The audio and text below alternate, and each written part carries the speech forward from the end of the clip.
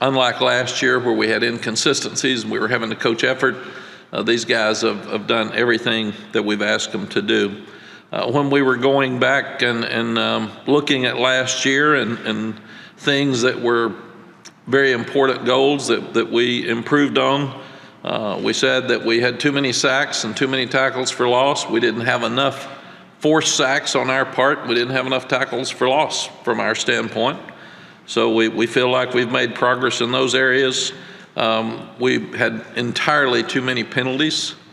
So we've got to do a better job of limiting penalties.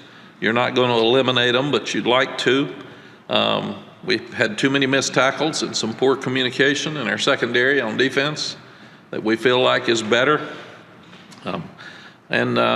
We got to be more physical in the red zone, especially the lower red zone, and score more touchdowns and field goals. So those were things that we started with on January 6th when the guys came back, and we've worked every day in those areas to try to improve. And that obviously leads to more wins when you do a better job in those areas. This is a tough time of the year because it's kind of moving day like the NFL. I saw the NFL's they've got to cut 5 guys before Tuesday on 32 teams. So there's a lot of anxious kids sitting there. I think they've got to get 32 players down before August 30th on each team. That's 1,000 kids. Well, we do the same thing, except we don't cut them loose. We have to tell guys, you're going to play. Right now, you're not going to play. You have to go to the show team to be Florida A&M, and that's a very difficult thing when kids are looking at their hopes and wishes and dreams, and you tell them every day that you've got to produce to play. Some of them don't hear it till the decision comes. They really don't understand. So across the country, when you get to game week, it's a very, very difficult time for young people and hard for coaches. And that may change. That changes day to day, but you've got to have somebody today that you're talking about that will step up and start with your depth chart. So it is kind of like moving day more than anything else. As far as the depth chart's concerned, that everybody gets excited about, we'll start with defense. And what we'll start with is we've talked for a year about the blue team. And the blue team is trying to get guys that we can put on the field at any time. And they are starters whether they walk out there first or not. So at nose guard, nose tackle, you've got Ray Vahasik and Kevin Hester. They're on the blue team. It doesn't matter. We'll keep them fresh. We'll rotate them. But both of them can play at any time. And Keyshawn Silver is really improved. He will get some playing time. He did change his number from 6 to 55. And Travis Shaw has done a really good job for us. He had some lower body issues this summer and got him behind a little bit, but he will be an excellent player. At 3 technique, both Miles Murphy and Javari Ritzie are on the blue team. So they're 2 of our best players, and they will rotate, and we'll keep a fresh guy in there, but we need a quick, powerful, great pass rusher in that position, and we feel like both of those guys can do that. And KBJ, Kendrick Binkley-Jones, is really improved, and he's getting stronger after his 3 operations, and he will be able to play some too.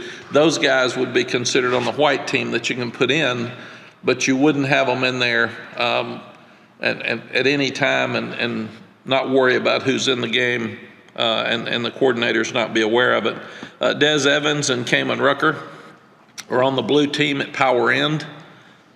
And again, the one that walks out there first, it really doesn't matter. It is just not an issue for us because they've earned the right, and we finally got some depth. Noah Taylor and Chris Collins are on the blue team at Jack. Both of them have earned the right. They've been around a long time. Noah being a grad transfer, he's a really good pass rusher. Chris has had an outstanding spring in camp. And Malachi Hambrick will be on the white team, and he'll have a special package that he'll go in with pass rushers. Because he led the state in pass rushing, had 51.5 sacks when he was in high school at Shelby, and he's shown that ability here. So he will play, and it will be in special packages. Right now, there's 3 linebackers on the blue team. That would be Powell Eccles and Ced Gray, who will walk out there first, and Ra Dilworth has worked himself into a blue team position, so he can play at any time.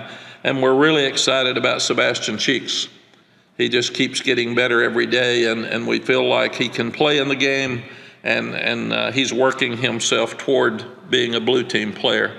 In the secondary, you've got Tony Grimes and Dante Balfour and Storm Duck as blue team corners. All 3 could go out there at any time. We're also very pleased with Marcus Allen. He's made a lot of progress as a true freshman. He didn't even get here till this summer, and we've been very impressed and think he will be a good player moving forward. Geo Biggers, Don Chapman, and Cam Kelly are all blue team safeties, so they can play at any time. And we're very impressed with Will Hardy. He came this summer, and he will be a guy that could go out with a white team like Marcus Allen and play, and we would not be afraid to put him on the field. DeAndre Boykins is at star. Storm Duck could play some star, and also they would both be blue team stars, and Obi Ogbuna would be a white team star. We start looking at that area. Any questions with the defense? We good? Okay.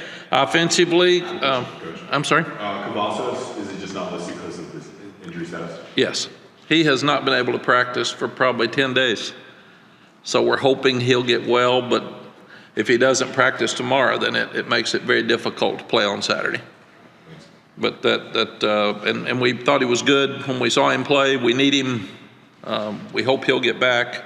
But any time you have somebody out like Antoine Green or like British Brooks or like Legend, it gives you a chance to get a Dante Belfour more snaps, and they have a chance to step up, and that's what we've got to do. We can't make excuses about injuries. We've got to have somebody else play. We've been here, this is going on our 4th year. We've had really 2.5 recruiting classes, so some of our best players are young. Last year's recruiting class was unbelievable, and a lot of those guys are going to play Saturday for the first time.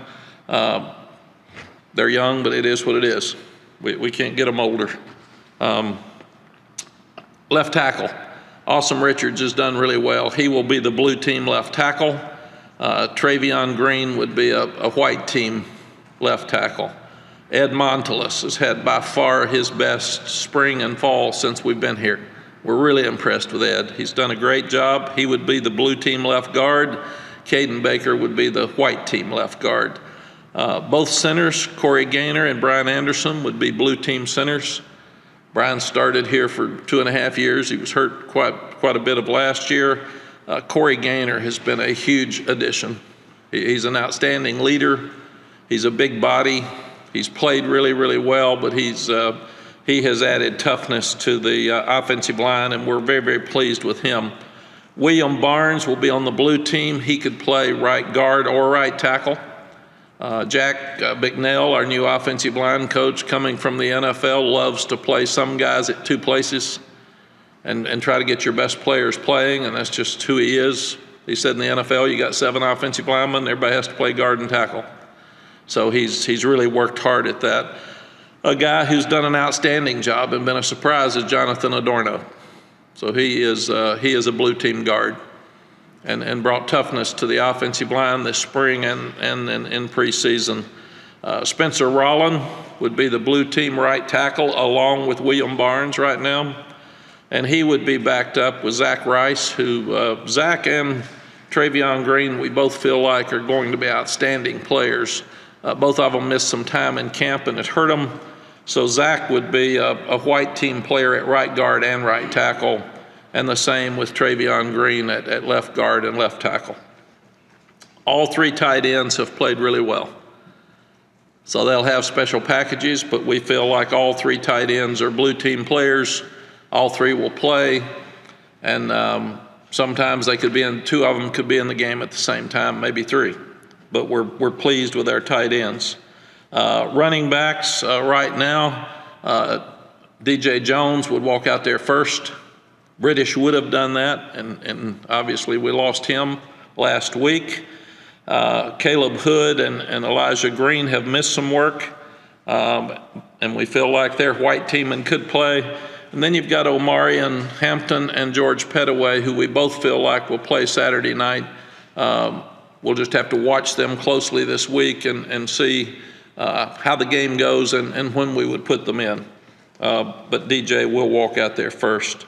J.J. Jones, Josh Downs, and Gavin Blackwell will be the three blue team receivers that will walk out there first.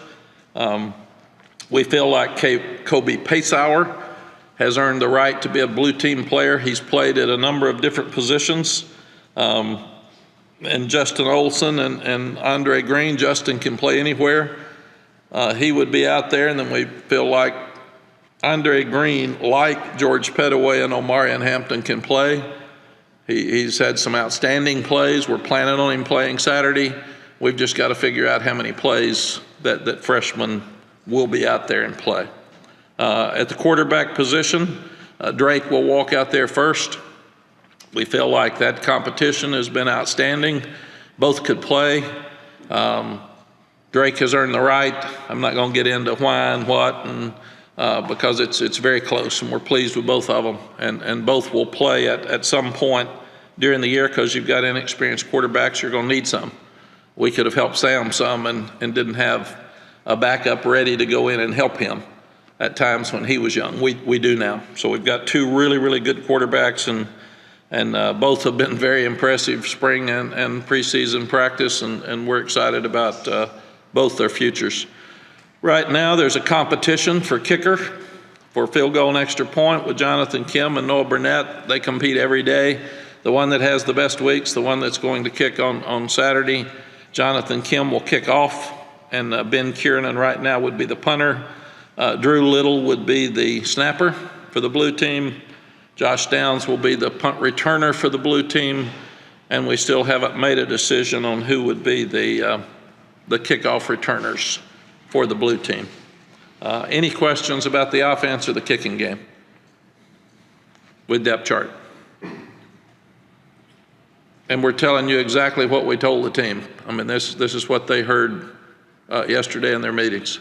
You mentioned Jacoby Criswell will play some. Is it a deal where it's set, like he'll come in the fourth series or something like that, or is it just a feel of the game? It's a good question, CL. We're going to do whatever we need to do to win a game. That's it. We do not have a set when somebody comes in. We're working right now on getting that for the blue team. When would Ray Bahasic come out and Hester go in? Are they going to alternate every series? Is it going to be every 3 series? Because substituting on offense is easy, because you can do it anytime you want. Substituting on defense is really difficult. So a lot of times, if you're going to get a big guy in, you need to start him the first play of the series, because you may not be able to get him in if they're going tempo offense and they have a 12-play drive. So we've got to really look at how to manage our big guys. Yes? Coach, do you feel like you saw a lot of chemistry from the wide receivers core to the quarterback? Do you feel like that was the most chemistry you saw between Drake and those guys, or was it just you threw the ball better? I'm not getting into any quarterback competition. We just felt like Drake should walk out there first. Both of them did really, really well. And there's just very little difference between the two. And again, if one quarterback is not moving the ball, we'll put the other one in. We've done that in the past. We just don't have a plan other than you're scoring touchdowns, you stay in, you're not, and it's not going to be 3 and out and we jerk him. We're going to give them each one a chance, but if you're moving it, you stay in. If you're not, let the other guy have a chance. Mack, how did Jacoby take the I haven't. All the assistant coaches tell the individual players, and we didn't want quarterback to be any different than anyone. The kids don't know who the starting quarterback is yet. They'll know from this press conference. When did you guys make the decision? I'm not getting into any of that, because if I do, then I've got to go through 44 when we made the decision, and that's a waste of time. None of that matters. Can I ask, what has Drake done since camp started? I'm not getting into that. at all. I've said he earned the job. We've looked at every little thing every day from spring till now. It's very close. It's ridiculous to sit here and if I say this was better, then everybody runs with, oh my God, he did that so much better. It's not. It's really, really a close decision that we ended up just saying we feel like that he's earned the right to be out there first. There's not enough to get into what one did better than the other one. We're so lucky. They're both good. They're both smart. They both get along. They both know the offense. They've both been here some. Neither one have game experience. And we're lucky that they can both run the same offense. Could I ask you to follow up to that? Yes. Have you seen the edge on them kind of sharpen up these last 4 weeks? They've been pushing. They have, but they've been that way since January. This has not been something that surprised them. I mean, they knew from day one they were competing for this job. And I will say the only thing that matters is who we think right now gives us the best chance to win. Nothing else is important. Somebody had a question. Sorry about Yes. that. You know, you talked about, I think you said this is the most questions you've ever had entering the season. So how do you feel now that, I guess, you feel like you have answers today? We still have a lot of questions that will be answered on Saturday because we've got so much inexperience. We're very talented, but we're very inexperienced. You can't answer inexperienced game-type questions during the week. They've performed well in practice. We like what we see. We've got a lot of question marks, and it'll be answered Saturday night at 8:15. Everybody will see it when we see it. I mean, we've seen Drake and Jacoby basically in 2 halves against Wofford. So we don't have any idea how either one of them will play. Was it, talk about the freshmen in Hampton, Green, that was a freshman as well. Getting those guys on the white team, you know, was that a difficult decision? And kind of how does that make you feel knowing you guys that kind of talent? All these are very difficult decisions because you're changing lives. And in football, you've got 120 players, and you've got 11 that play at a time. So there's a lot of morale issues. There's some concerns about depression with young guys. All the parents think their sons are better than the other players. Every one of them. I'm a parent and a grandparent. I think my grandkids are better than everybody else's. It's just what it is.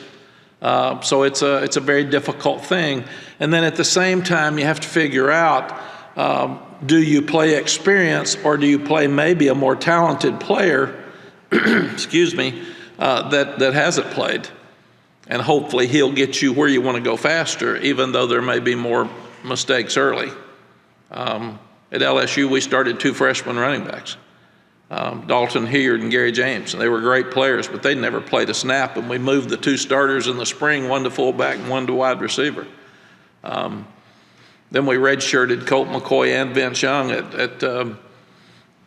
when we were at Texas, because we didn't think they were ready to play yet, but they were very, very talented, both of them, but they needed a year. So part of that will be we will watch the freshmen this week very closely to see if they get uptight and if they don't practice as well. So when I say there's probably more unanswered questions right now than at any other time in my career, that means we've got a lot of really talented young players that haven't played, and we don't know how they're going to respond. Yes? The ability to play 4 games last year, not burning your eligibility, how much does that change the equation, particularly for Drake, but for other players that got a chance, you got to see them out there and they didn't have to burn a year? It's one of the best decisions I think that the NCAA has ever made, that they allow kids to play in 4 games. Because if you've got blowouts, or like Wofford's game where Sam couldn't play, we could play both of the young quarterbacks and give them an opportunity to have game-type experience. All of us have sat there in the past and you had a blowout either way and you couldn't put kids in the game, and it was just foolish because the game was over. Let them play. Let them enjoy it. And the ability to let those guys play in 4 games is really, really good. Would you have been ready for this had he not been able to play in 4 games last year? Can't answer. Don't know if they're ready now. Coach, could you clarify the running back situation with Hood and Green? I think I didn't hear exactly the order there. You said DJ Jones and then both Caleb Hood and Elijah Green have had some good moments. They've both missed some practice. And right now that room is so competitive, and we've got a lot of competitive rooms. It's a good thing. So we've got to make the decision, what do we do with Omarion and George Pettaway? When do they go in? How much do they get? What do we do with Caleb? He was hurt longer than Elijah. So we've got to continue to work to make those decisions. So not a clear number two, I guess. There's not a clear number two. Thank you. Coach, now that you have a specific depth chart and you have your number ones, how do you go about specifically throughout the next week building maximum chemistry between, let's say, Drake and the wide receiver? Drake and Jacoby have alternated equally between the blue and the white since the first day of spring practice. They have exactly the same number of snaps, and they have chemistry with both sets of receivers. So that was one thing that we felt like, to be fair, let them both have the same number of snaps with both offensive lines and both sets of receivers and running backs, but also for that reason, they would be ready for this. Yes? Mack, since you've come back, Sam has been your quarterback since you've been back here. As you have thought about this season and you're planning, you're thinking about it, just like what have you envisioned for that position now without him? Like, how do you think it's going to look? Do you think, it's certainly not going to be a mirror image of what he did, but like, what is your vision for what that position becomes in this offense now moving forward now that he's gone? I feel like both these quarterbacks are really good. So that I'm not worried about the future of our quarterback room. There's 4 good players in that room right now. So I'm good. I think we're good. What we have to do is get the offense to lean toward who becomes the guy, and like we did Sam. There were certain things Sam did better than others. Last year we weren't protecting as well. We weren't as strong at wide receiver, so Sam became a runner. And he did both, but he couldn't have run the first 2 years. So we have worked really, really hard at changing some things in the offense to do a better job with some of those issues that we had last year.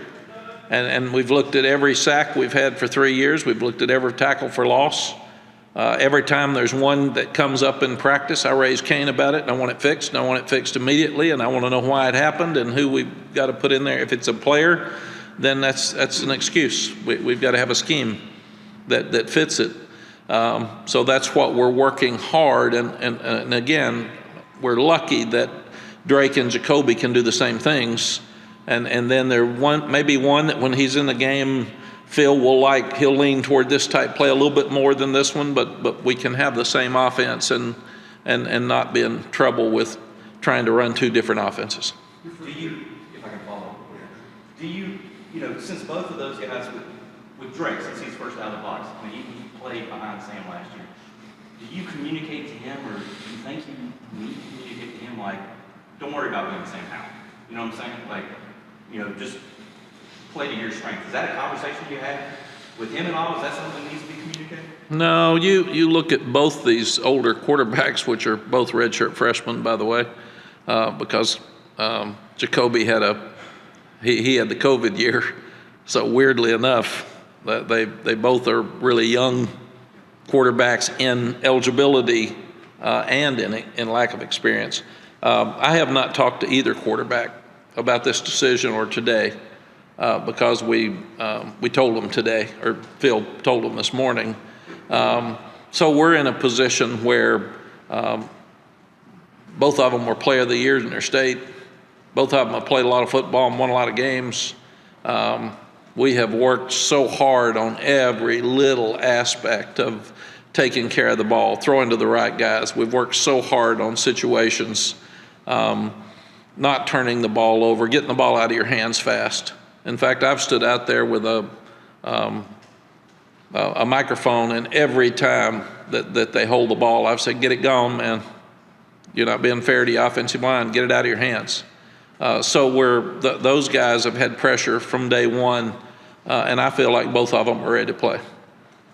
If Drake decided today that he couldn't play Saturday, he had to go to a wedding or something, I would not mind putting Jacoby out there at all. I'd be ready. Year 2019,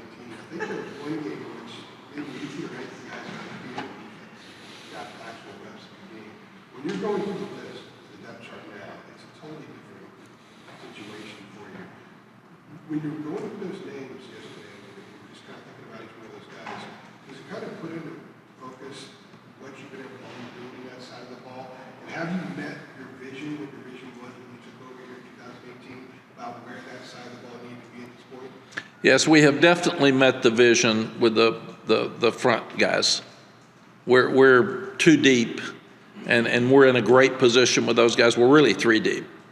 And Javari Ritzie could play power in today. He is a great player. He's not a good player. You look at Miles Murphy, he's going to be a high draft choice. And then we're a little thin at linebacker. I thought, and we've had a discussion, we're going to have to start playing more guys at each position so they won't transfer. That got us thin at wide receiver, and it got us thin at linebacker. And the transfer portal can get you thin really fast.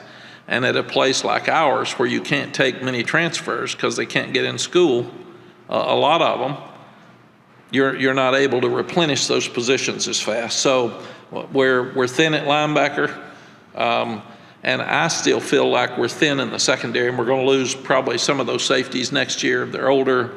We may lose a corner, so we're going to have to really do a good job of replenishing those guys and getting deeper there, because you'd like to be at least too deep with really good players you could put in at any time, because the injury situation across the country is you lose three guys and all of a sudden you don't have a good team anymore. And so it's our job to continue to recruit at a high level. And now we're at a position, Andrew, we don't have to recruit everybody. Everybody says, why didn't you take him? We don't need a defensive lineman. If we do, we get one. But we don't need three like we did when we first got here. And Travis Shaw and Keyshawn Silver and Binkley Jones are all going to be good players. So we have to look at recruiting specific positions that we need. And that's where that was different when we got here. We were trying to find players, man, whoever we could get. And the first year was okay. The second year was good. Last year was great. And I think this year will be good. It will be good. I don't know that it'll be great, but it's going to be good. Matt, can you kind of walk us through how this game with Florida A&M specifically came to be, and kind of the extra stuff that's going into it? Yes, CL, the game was already scheduled. So I didn't have anything to do with scheduling the game. But there's been so much talk and attention toward HBCUs the last couple of years, especially since Deion Sanders, one of the greatest to ever play, went to Jackson State. So the recruiting's different now. HBCUs are recruiting at a higher level, and the attention is very much better. So I thought it would be great to have this game on national TV. 0 week is a real positive in so many ways, because very few other teams are playing, maybe 10, 15 or something, but not everybody. So you get full attention. We will have a lot of recruits here this weekend, because you can have recruits in even though it's 0 week. And it gives us an extra week to practice ahead of other people that were playing. So I thought the 0 week was a no-brainer. I thought it was a home run to bring attention, to start the season, and to have a lot of recruits in early. And then when you start looking at who you schedule, it's an HBCU. Florida A&M's been one of the top programs in football history. And first we'll talk about Coach Simmons. He's done a tremendous job. They won 9 games in 2019. They didn't play in 2020 because of COVID. A lot of people didn't. And then last year they won 9 games again, went to the playoffs. Those are all positive things. And the tough thing is they've got 25 transfers. So we have no idea who's going to play. So for an opening ball game, we're not sure about our guys, and we're not sure about their guys. I mean, I will not sleep good on Friday night. 100%. But I also wanted Bubba and Rick to make sure that we get their band here. The Marching 100 is one of the best bands ever. It may be the best. They've played at the Grammys, they've played at a Super Bowl, and they're going to play in pregame by themselves and then with our band, and then the same at halftime. So everybody needs to get there early and make sure we honor the Marching 100 and enjoy and appreciate their band. I actually showed a video yesterday to the team of some of the clips of their band, and it was fun to watch their reaction. And then the other thing that's really special is the honorary captains. For them, we've got Rudy Hubbard at their request, and Coach Hubbard went in the Hall of Fame in 2021, College Football Hall of Fame. He will be their honorary captain. He won 3 national championships at Florida A&M.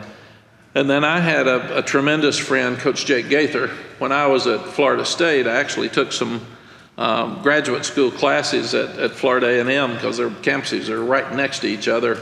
And Coach Gaither would he would hold Bible studies, and we all got to visit with him, and he was just an amazing man. His record was 204, 36, and 4. And I talked to the kids about that yesterday. He's one of the best coaches ever. He's like Eddie Robinson, just didn't get as much attention. And he's the Southern Intercollegiate Athletic Conference Coach of the Decade. And he was the coach that came up with you need to be agile, mobile, and hostile to be able to play, and that hadn't changed. And then I remember him telling me that we were talking about coaches like Coach Robinson and Coach Bryant, and I said, why are they so good? He said, a great coach can take yours and beat his, and take his and beat yours. He said, it doesn't matter. Don't talk about your players. That's what a great coach does. So as we get ready to play Florida A&M, I have a smile on my face for Coach Gaither because he was just so wonderful. And then Coach Bill Hayes has been a dear friend of mine since we were here. So Coach Bill Hayes is going to be one of our honorary captains, and he was the head coach at Winston-Salem State and North Carolina A&T from 76 to 87. He's the winningest coach in both programs. He's a Hall of Fame coach. Bowman Gray Stadium field for Winston-Salem State is named the Bill Hayes Field now, which is a great compliment to him.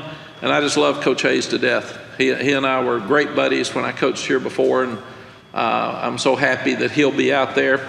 When I first got to Carolina back in the late 80s, I tried to hire Rod Broadway. He was at Duke, and he's a Carolina graduate. I couldn't get him to come over because he was working with Coach Spurrier at the time, but we're so honored that he, as a North Carolina graduate, will be the other honorary captain for us.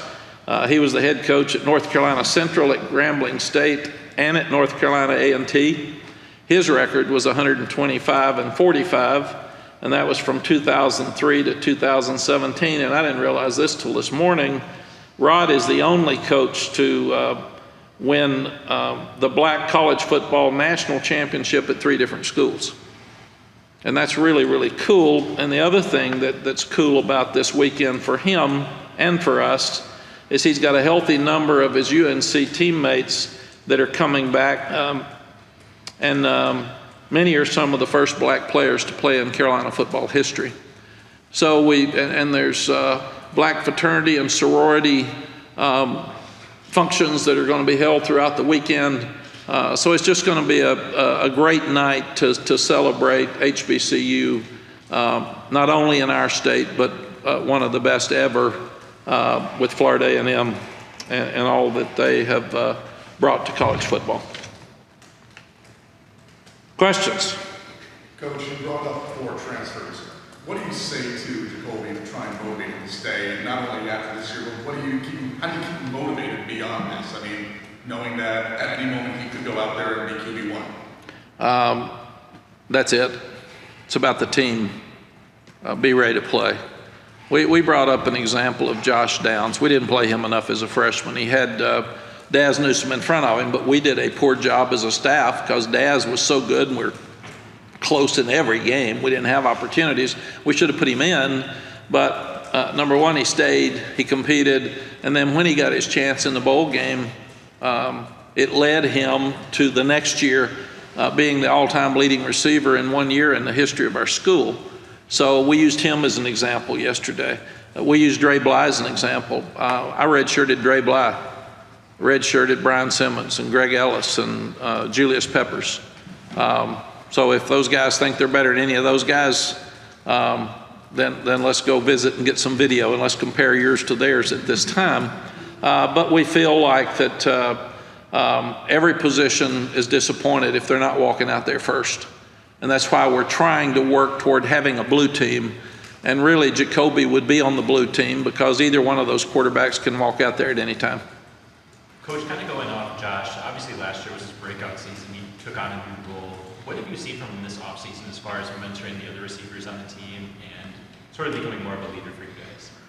We've really pushed leadership because we felt like we had some great leaders last year. We didn't have enough, and it was inconsistent, and we played inconsistently. So we have worked so hard with leadership in all the group. The leadership committee's even cut down to 15 people this year. I think it's 23 last year. But we said we're just going to take the ones that the players have at the highest level. And Josh is he's such a competitor, and now he is the older receiver. He and Antoine Green really in the room that have played a lot. And especially with Antoine getting hurt, Josh is doing an outstanding job of leading and competing, and he's just so tough. And we will move him around to different places.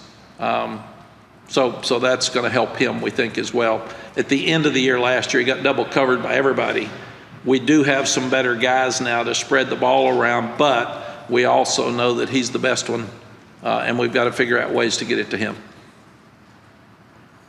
Just curious, like, the thinking behind, like, how you made this quarterback announcement and the decision, to let the team find out as we're finding out. We thought long and hard at what was best. And really and truly, we didn't announce the right tackle. We didn't announce the nose tackle. And if you're being fair as a team, and everybody's important, and everybody's got a role, then we didn't think it should be handled any differently. And the fact that if Drake didn't practice well this week, Jacoby practices better, then he'll start on Saturday. This is bigger to you all than it is us, because we compete every day. And that's everybody that gets announced today, and people will have opinions about, well, it's interesting. I've always thought it was funny that people that have never seen practice have an opinion that one's better than the other. And I thought, I wish I could do that. I got way too much information. So if Jacoby practices better this week, then why even name the starter today? Well, because you all were anxious and you were nervous and you needed something. And very honestly, we did it with Sam because we felt like the guy that's going to walk out there first, we'll talk to you tomorrow, he needs to have a week to lead the team. It needs to be his team for this week. But if he doesn't practice well, you'll be talking to Jacoby on Wednesday. Or Thursday, whenever Jeremy's got it next. I mean, we have told these players we are not going to allow guys to walk out on the field in practice and not compete and not practice well and play on Saturday. You lose your job daily. And that's fair because we all live in that same world. We have to compete. We have to do a great job. And what a bad message from us. And I thought we did that some last year. I thought we had some guys that didn't compete all the time and we let them play. And that is changing in this program. We'll never do that again. Is some of this also kind of what you just sort of started hitting on? You want a different edge, and you want the edge to be consistent. And if you don't announce anything early on, it keeps that edge with everybody. Absolutely. We've announced, but they know it. They've known this. They don't know the quarterback, but they've known who's been out there more, and the quarterbacks have been exactly the same. So that's probably the only one they didn't know today. But what we felt is that we're not going to talk about who we're playing anymore because last year we played up or down to the level of competition. We're going to talk about creating a standard of excellence every day at practice, every day at school, every day in our lives, and that's going to help you when you get out, get more prepared for your job and being a husband and being a father and hopefully running your company, because we're going to teach you that now. And we're not going to let anybody walk on that field that's not ready to go. And we've said 3 things can happen. You're going to get embarrassed if you walk out there and you're not ready to go, because we got enough talent now, they will embarrass you. You're going to lose your job if you're not ready to go every morning, because we're not going to put up with it. And thirdly, you're more likely to get hurt if you're not prepared. So you need to be at that level, standard of excellence every day before you walk out on that field if you want to play. Like you said, you've got to get the offense to lean toward who becomes the guy. Josh Downs would be a prime candidate, obviously. Who's next after that, do you think? You know, you've all 3 tight ends for different reasons. Nesbitt's the best receiver because he's faster, but the other 2 can really catch. And then I really am excited about the camp that Kobe Paysor and Gavin Blackwell have had. Gavin's really fast. Kobe's a very good player. J.J. Jones is big and strong. I think Dre Green at some point will be a potential superstar. He's big and fast. So how long will it take those guys to come? And then Caleb Hood's had some outstanding moments. He's just had trouble staying healthy. And we've told him we can't coach you if you can't stay healthy, because we're putting so much time and energy into somebody and then you get hurt, and we've wasted all the snaps that somebody else could get. George Pettaway is really fast. And he has been here 15 days in the spring and this fall camp, so it's like you're really a second-year player when you go through spring. Omarion just got here, so he's really fast, big, strong. He's done some very impressive things. How fast can you get him ready to play when he's been here a month? I mean, so that's, and how will those guys respond when they walk out there? And we have talked long and hard about offense. Don't waste plays. Don't hand it or throw it to somebody that can't catch it and not going to do something when they do. Coach Switzer always told me when I was working for him, don't ever hand it to somebody or throw it to somebody that can't score when they touch it, because you're wasting plays, you're wasting time. So we're really working hard at figuring out ways to get the best athletes the ball, period, and not waste plays with anything else. Is since DJ's, I guess, first out of the box running back, has he been somewhat of a pleasant surprise this camp? Or, I mean, how would you describe what you've seen out of him? DJ's been good since he's been here. He's smart, he can protect, he can catch, he's real fast. He's doing a better job running up inside behind his pads, because really the great running backs get half of their yards after contact. I mean, it's just who they are. And so that's how we're grading them. And that's where a big, strong back has some advantages, because we don't want to come up 2nd and 8 when you hand it off to them. If you don't block anybody, get 5. And that's just who we are. DJ's problem has been he has been hurt in the past. So he's had trouble staying out there like Caleb. So we're so lucky at that position that we had 6 that all could play. Every one of them could play. And they're all good. Will some leave with the transfer portal? Who knows? I mean, that's a new world for all of us. We didn't sign a running back this year. We didn't need one. We've got 6 really good ones. So people said, why didn't you sign one? You always got to have a running back. Not if you got 6. We're going to play 3. So, and the good thing about British, he's got my cart now. So I don't have a cart anymore. And he drives it around at practice, and he's got his old legs stuck out with his cast, and he's coaching them. He just zipping it around. So it'll help me lose weight because I'll walk more, and it'll help him get around. But we lost so much with his leadership. He was a great leader, not a good leader. And he has come right back out there and gone right back to work, and he was coaching them hard yesterday. So that hopefully we will still have his leadership and still have the ability at running back to still have other great players. Yes? Coach, kind of moving towards the defensive side of the ball, one name that you mentioned earlier was Storm Duck, who's obviously missed the past couple of years due to injuries. What is it like for you as a coach to be able to sort of plug in a player of his caliber now that he's healthy in that defensive lineup? It sounds harsh, but with all of the guys who have been hurt, we've told them, I was a guy that stayed hurt. And I've had 8 knee operations, and 2 of them were knee replacements. So I got it. I was in the training room a lot, and I've told them that if you're hurt all the time, we can't plan on you playing. So Storm is a great player, and he's an outstanding person, and he's smart. Can he stay healthy? And that's hopefully he can. If he can, we're a better team because we need him on the field. The reason he's not walking out there first Saturday is because Dante's had every snap. I mean, he's worked really, really hard. So again, we're sending a message that you that are working every day and staying healthy have a better chance to get out there before the others.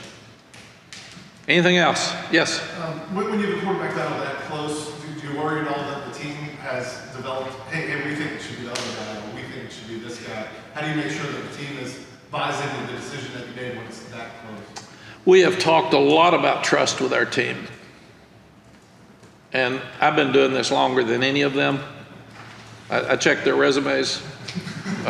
So they've got to trust that we know which one to put out there. And again, I didn't say that Jacoby would not play.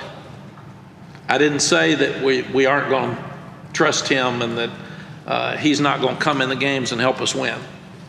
I said Drake would walk out there first, and we're going to play the guy that puts the ball in the end zone.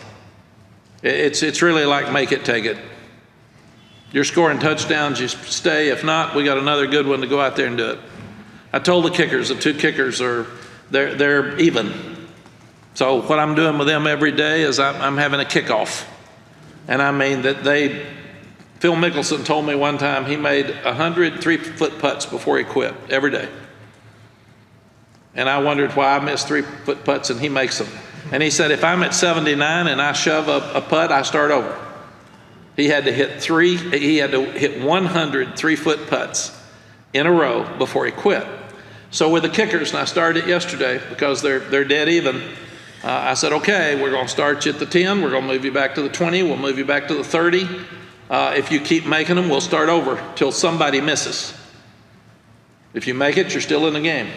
If somebody misses it and the other guy misses it, y'all are still in the game. But it's like make it, take it. So, and that's about as much pressure as you can have. If you want to kick on Saturday, you got to make them all during the week. Anything else? When Jeremy stands up, that means, and Phil's over here, that means he's ready for me to be gone. Okay? Thank you all very much. I think I see everybody Wednesday.